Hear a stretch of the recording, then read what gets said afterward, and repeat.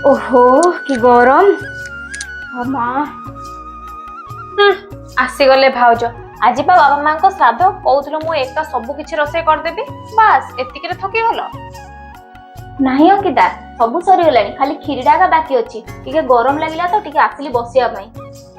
सुन भाउज ए घर गोटे नियम अच्छी ए घर सैया हबो जा मु चाहिए एमितिरे तमे तम भाई का हाथ मुठा को नहीं जाइछो किंतु ए ननद एबे भी जोगी बसछि। ए सब कौन कहूच अंकिता? तमे भाबुथिबो ना मु आज रोषेई कर देछि तो सब ठीक हिजबो मु थिबा जाय किछि भी ठीक होबनी। मु तो आज सखाळे रोषेई घर को जाई कि तीन जगह लुण सबुथिरे मिसिकी पळे आछि आ एबे जेतला भाई आसीबो पितृ श्राद्ध भोगटा चाखिबो जेत लुणी हबो तेत तमकु ही गाली पड़िबो। अंकिता ए तुम कौन कल? जहा भी करछि ठीक करछि। ये पर बापा माँ श्राद्ध थिला निज स्वार्थ पे तुम बापा माँ को छाड़लनी। बापा माँ तो मोर थिले बास तमे तो आश्रय घर अधिकार नेबा पई मु सेटा केबे भी हेबा पई देबिनी।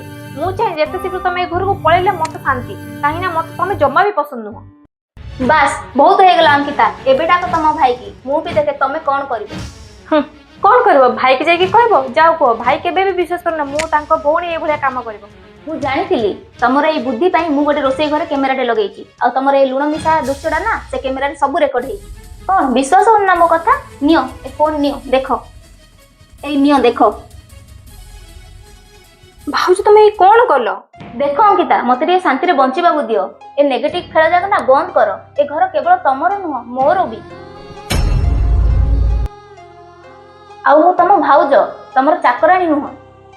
जाओ लुण मिसिया ठालडा जागिरी फिंगिकी भलसे रोषेई कर नहले भिडियोटा भाइराल हो जिवो।